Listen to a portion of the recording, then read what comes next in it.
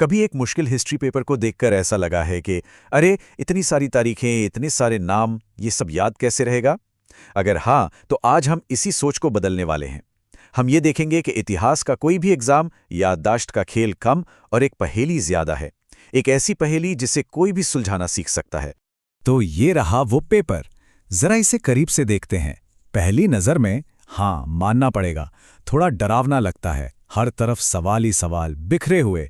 लेकिन क्या हो अगर हम इसे एक चुनौती की तरह देखें, एक पहेली की तरह? तो फिर इसे हल करने का रास्ता भी अपने आप दिखने लगता है। इस सफर में हम इस पहेली को सुलझाने के लिए एक एक कदम आगे बढ़ेंगे।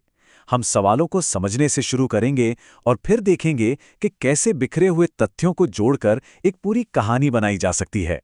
तो चलिए शुरू करते हैं। हमारा पहला मकसद है इस उलझन को साफ करना, ताकि ये पेपर एक चुनौती लगे, घबराहट की वजह नहीं। इस रास्ते पर पहला और सबसे जरूरी पड़ाव है ये समझना कि हमारे सामने किस किस तरह के सवाल हैं। देखिए, हर सवाल एक छोटी पहेली जैसा है, और अगर पहेली का टाइप पता हो तो उसे हल करना बहुत आसान हो जाता है। हर एग्जाम का एक पैटर्न होता है। कुछ खास तरह के सवाल होते हैं जो बार बार आते हैं, जैसे घटनाओं को क्रम में लगाना या सही जोड़ी मिलाना। अगर हम इन पैटर्न्स को पहचानना सीख जाएं, तो हमें पहले से पता होता है कि जवाब तक कैसे पहुंचना है। ये पहला और सबसे जरूरी कदम है। चलिए एक उदाहरण देखते हैं। सवाल नंबर 8। ये एक क्लासिक कालक्रम वाला सवाल है। यहाँ पे काम सिर्फ इतना है कि इन घटनाओं को सही क्रम में लगा दिया जाए। मतलब पंजाब, सिंध और बर्मा को ब्रिटिश साम्राज्य में कब शामिल किया गया, पहले क्या हुआ और बाद में क्या। अगला टाइप है मिलान का खेल, जैसे सवाल नंबर 5 में है। यहाँ आपको लिस्ट 1 में दी गई संधियों को लिस्ट 2 के किरदारों से मैच करना है। ये सीधे सीधे आपके ज्ञान को टेस्ट करता है कि कौन सी घटना किससे जुड़ी हुई है। और फिर आता है सवाल नंबर 6 जैसा सवाल। ये थोड़ा ट्रिकी होता है। यहाँ आपको 4 स्टेटमेंट्स में से वो एक स्टेटमेंट ढूंढना है जो टीपू सुल्तान के बारे में सही नहीं है। इसे प्रोसेस ऑफ एलिमिनेशन भी कहते हैं, जहां हम गलत जवाबों को एक एक करके हटाते हैं और सही जवाब तक पहुंच जाते हैं। अच्छा, तो अब जब हम सवालों के टाइप समझ गए हैं, तो थोड़ा जूम आउट करते हैं। अगली स्ट्रैटेजी है बड़ी तस्वीर को देखना। मतलब सिर्फ अलग अलग फैक्ट्स में खोने के बजाय हमें इतिहास के उन बड़े बड़े थीम्स को पहचानना है जो बार बार सामने आते हैं। अगर आप गौर से देखें तो पेपर में गुप्त काल, ब्रिटिश विस्तार, सामाजिक सुधार और 1857 के विद्रोह जैसे विषय बार बार आते हैं अलग अलग सवालों में। इन थीम्स को पहचानने से जानकारी को दिमाग में ऑर्गेनाइज करना और अलग अलग सवालों के बीच कनेक्शन बनाना बहुत आसान हो जाता है।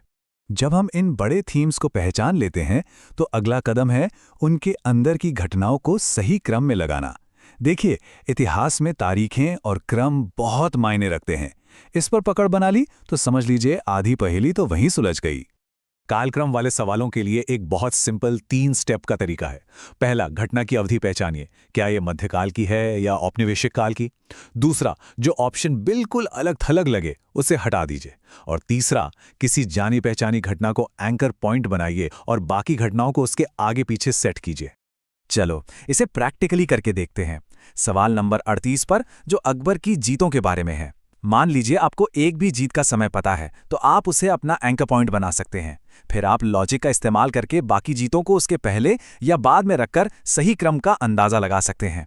घटनाओं को सही क्रम में लगाना एक बात है, लेकिन असली मास्टरी तब आती है जब हम उन घटनाओं के बीच का रिश्ता समझना शुरू कर देते हैं। इतिहास सिर्फ फैक्ट्स रटना नहीं है, बल्कि उन डॉट्स को कनेक्ट करके एक कहानी बनाना है। सवाल नंबर 22 इसका एक बेहतरीन उदाहरण है। इसमें अशोक के शिलालेखों को उनके कॉन्टेक्स्ट से मिलाना है। यह सिर्फ मैचिंग नहीं है, ये जगहों, घटनाओं और संदेशों के बीच एक कहानी बना रहा है। हर शिलालेख एक बड़े नैरेटिव का हिस्सा है। ये बात बिल्कुल सही है। जब आप फैक्ट्स को जोड़ते हैं तो वो सिर्फ जानकारी नहीं रहते, वे इतिहास की एक जीती जागती कहानी बन जाते हैं। और कहानी को याद रखना हमेशा आसान होता है। एक और एग्जाम्पल देखिए, सवाल नंबर 51 में। यहाँ इतिहासकारों को 1857 के विद्रोह पर लिखी उनकी किताबों से मिलाना है। ये दिखाता है कि कैसे एक ही घटना पर अलग अलग लोगों के अलग अलग नजरिए हो सकते हैं और हर नजरिया उस कहानी का एक जरूरी हिस्सा है। तो अब तक हमने जो कुछ भी सीखा है, चलिए उसे एक साथ एक प्रैक्टिकल टूल किट में समेटते हैं। एक ऐसा टूल किट जिसे आप किसी भी ऐतिहासिक पहेली को सुलझाने के लिए इस्तेमाल कर सकते हैं। तो ये रहा आपका पजल मास्टर टूल किट। सवालों को पहचानना, थीम्स को स्पॉट करना, टाइमलाइन को समझना, फैक्ट्स को कनेक्ट करना और लॉजिक का इस्तेमाल करना। ये टूल्स आपको किसी भी मुश्किल चुनौती का सामना करने में मदद करेंगे। और एक बात याद रखिए, ये स्किल्स सिर्फ इस एग्जाम के लिए नहीं हैं।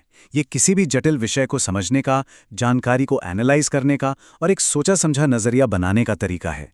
ये क्रिटिकल थिंकिंग का बेस है। तो अगली बार जब आप किसी हिस्टोरिकल टेक्स्ट को देखें तो उससे सिर्फ शब्दों का ढेर मत समझिए, उसे एक पहेली की तरह देखिए जिसके सुराग सुलझने का इंतजार कर रहे हैं। अब सवाल यह है कि आप क्या खोज निकालेंगे।